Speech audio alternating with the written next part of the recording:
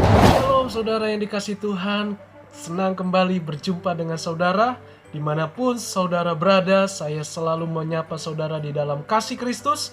Karena kasihnya tidak berubah, dulu, sekarang, dan sampai selama-lamanya.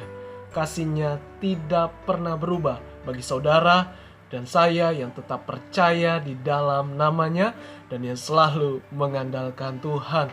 Puji Tuhan saudara yang kasih Tuhan. Dan bersama juga dengan saya, Pastor Henry Indrawan, yang selalu membagikan sharing firman Tuhan.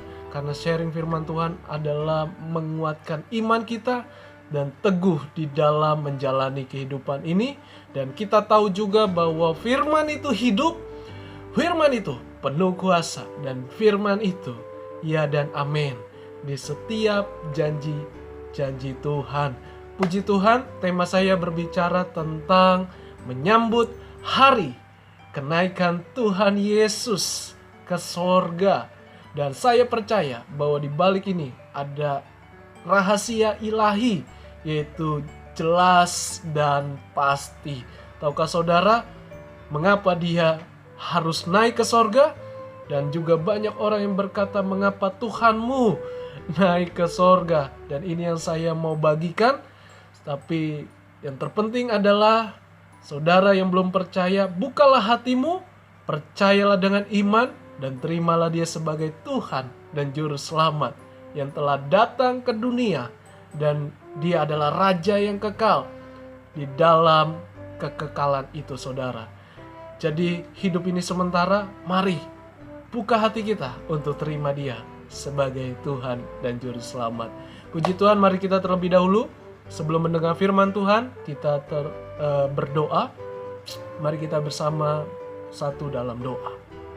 Haleluya. Terima kasih Tuhan Yesus. Biarlah kehendak-Mu yang jadi dalam hidup kami.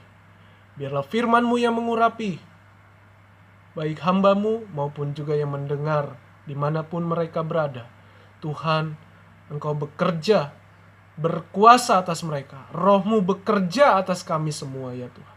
Dalam nama Yesus, mereka yang membutuhkan tangan Tuhan, uluran tangan Tuhan, saat ini juga hamba minta belas kasih Tuhan atas mereka.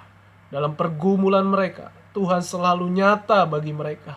Tuhan selalu ada bagi mereka. Terima kasih Tuhan, karena Engkau tidak dibatasi dengan ruang dan waktu manusia. Engkau bisa lakukan dan Engkau sanggup. Terpuji nama-Mu. Tema kami berbicara tentang kenaikan Tuhan Yesus. Biarlah Engkau saja yang mengajar kami, memberikan kami pengertian yang benar lewat Roh Kudus. Haleluya. Amin. Puji Tuhan saudara. Kita lihat langsung di dalam kitab Kisah Para Rasul pasal yang pertama ayat 8 sampai 11. Tetapi kamu akan menerima kuasa kalau Roh Kudus turun ke atas kamu, dan kamu akan menjadi saksiku di Yerusalem dan di seluruh Yudea dan Samaria dan sampai ke ujung bumi. Sesudah ia mengatakan demikian, terangkatlah ia disaksikan oleh mereka, dan awan menutupnya dari pandangan mereka. Ketika mereka sedang menatap ke langit, waktu ia naik, Yesus naik, tiba-tiba berdirilah 2 orang yang berpakaian putih dekat mereka dan berkata kepada mereka, "Hai orang-orang Galilea, mengapakah kamu berdiri melihat ke langit? Yesus ini yang terangkat ke sorga meninggalkan kamu akan datang kembali dengan cara yang sama seperti kamu melihat dia naik ke sorga." Puji Tuhan saudara yang kekasih dalam Tuhan. Saat ini yang paling penting adalah percayalah saja. Percaya dengan iman saudara apa yang kau dengar saat ini lewat firman Tuhan. Karena firman Tuhan kita adalah kuasa. Dan tema kita berbicara tentang menyambut hari kenaikan Tuhan Yesus, di mana kita bersyukur kepada Tuhan. Dia membuktikan kasih-Nya, Dia menjadi teladan bagi manusia, dan hanya Dialah satu-satunya jalan dan kebenaran dan hidup. Tidak ada seorang pun yang bisa ke sorga tanpa Tuhan yang pemilik sorga, yang pemilik kerajaan kekekalan itu, yang turun ke dunia dan menjadikan sama pribadinya seperti manusia. Hanya bedanya dia dari ilahi, dia berasal dari sorga, dan kita hanyalah debu tanah. Jadi saudara, kita bersyukur kita punya Tuhan yang hidup, dan Dia satu-satunya kebenaran dan kehidupan yang kekal. Puji Tuhan.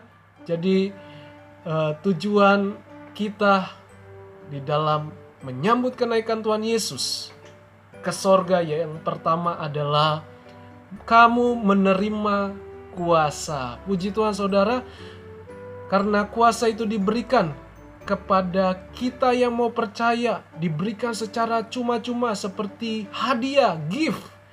Diberikan secara cuma-cuma lewat pribadi Allah, namanya Roh Kudus. Ya, jadi kuasa itu berbicara tentang power, sanggup, yaitu mengubah hidup saudara apapun, sekotor apapun, sehancur apapun. Kalau engkau datang kepada Roh Kudus, minta pertolongan Roh Kudus, dan engkau dibasuh dengan darahnya yang sudah menebus kita di kayu salib, membuktikan cintanya kepada kita. Dirinya saja dikasih, apalagi yang lain saudara. Jadi kita bangga, keselamatan ada dalam hidup kita. Dia sudah buktikan lewat darahnya yang sudah tercurah. Dan kita tidak perlu pusing-pusing, kita tidak perlu repot-repot bawa apapun. Karena hanya cukup beriman, percaya kepada Tuhan Yesus, dan hidup di dalam kebenaran firman Tuhan. Jadi saudara, terimalah kuasa dari Roh Kudus yang sanggup mengubah hidup saudara. Bahkan iblis pun tidak sanggup melawan saudara karena ada Roh Kudus dalam hidup saudara. Jadi yang kedua adalah perkataan, yaitu ada kuasa dalam perkataan. Apapun yang kamu yakin, yang melalui hidupmu, karena engkau ada di dalam Tuhan, dan Dia pasti menyediakan yang terbaik lewat perkataanmu. Jadi pakailah perkataan kita dengan benar. Dan juga ada kuasa di dalam perbuatan, artinya Roh Kudus sanggup membuat engkau bebas terikat dari apapun, dari kuasa dosa, dari hukum, atau dari kuasa kegelapan. Dia sanggup mengubah hidup saudara. Karena dengan kemampuan manusia, mau apapun, perbuatan baik apapun, kita tidak sanggup untuk melepaskan dosa ini.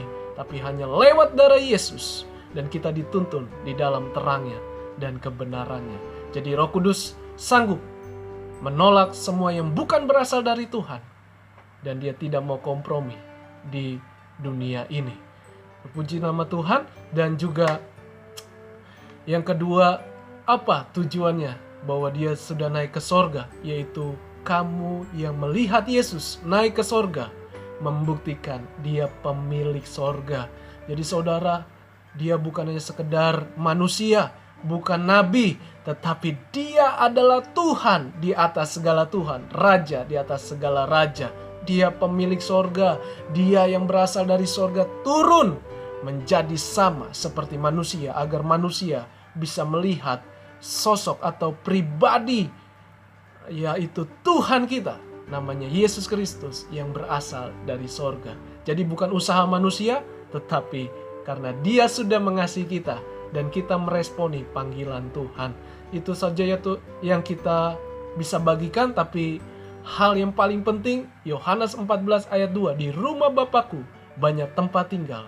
Jika tidak demikian, tentu aku mengatakan kepadamu, sebab aku pergi ke situ untuk menyediakan tempat bagimu. Jadi kalau Tuhan sudah naik ke sorga, berarti Dia sudah sediakan, yaitu seperti istana, ya, tempatnya luar biasa indahnya.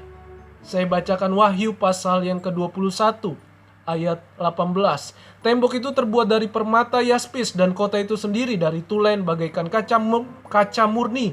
Dan dasar-dasar tembok kota itu dihiasi dengan segala jenis permata, dari emas tulen dan dari yang lainnya. Ayat 21, dan ke-12 pintu gerbang itu adalah 12 mutiara.